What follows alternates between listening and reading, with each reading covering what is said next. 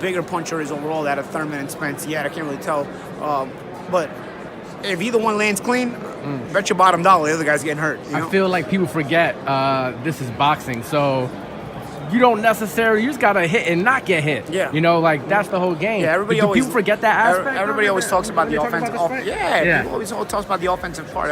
Anytime somebody's explosive offensively, they right away they want to anoint them. But defense wins fights, just like defense wins ball games. You got to know how to defend and attack. When that matchup happens, do you think we could see that version of Keith where he just, he pulls a Mayweather and just, does a masterclass boxing exhibition? Do you think that's I think Keith's a good boxer in his own right. I don't think anybody's going to be Mayweather. Yeah. Nobody's Mayweather.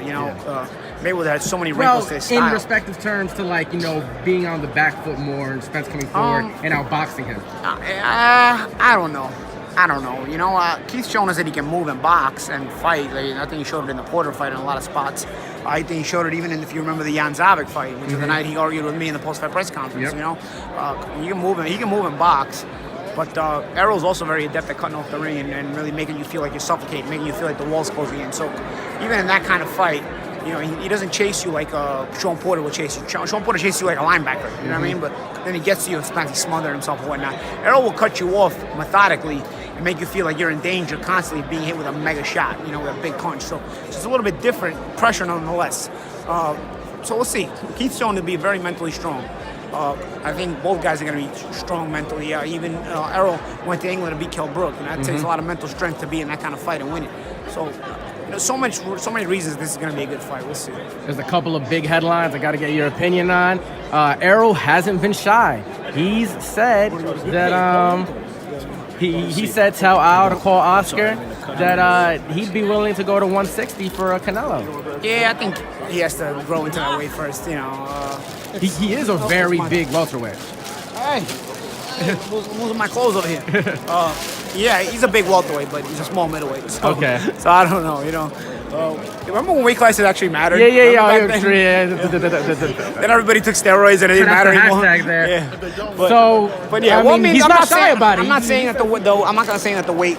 Because he says he's bigger than Canelo. Yeah. You know where it's a lot harder than it used to be back in the day? I know back in the day they didn't have the in-between weight classes. But you know what they did have back in the day?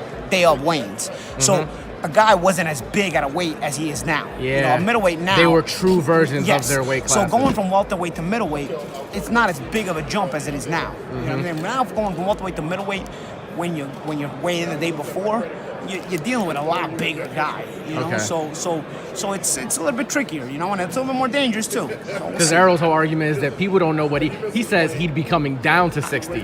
No, everybody. Of course, bro. Yeah. Even I was coming down to 60. Bro. Yeah. I was walking around heavier than 60, but I was fighting at 47. That didn't mean I belonged anywhere near 60, or even 47. But I get where Errol's coming from, and he's a good fighter. I actually think Errol, skill for skill, is a better fighter than Canelo. I actually do. I actually think that. But, size matters, physicality and matter, especially over the long period of time of 12 rounds. And punching power, You're fighting a guy who's used to getting hit harder, and you're fighting a guy who you're not getting hit used to getting hit as hard as he's going to hit you because he's bigger. So it's a lot very tricky to move up in weight. The other big weight jump that made headlines this week, Mikey Garcia.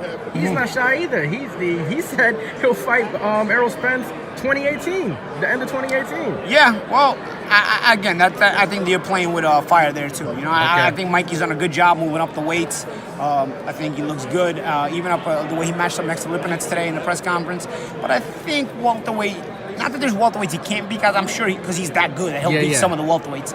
But I don't know about the elite welterweights. They're so big and the good that the combination of good and big may be too much. But Mikey's a terrific fighter. I mean, all around he's a terrific fighter. Where's he in your pound for pound list? Is he 5? He's up. 5 to 10, He's up 1 there, to bro. 5? Yeah, he's up there, bro.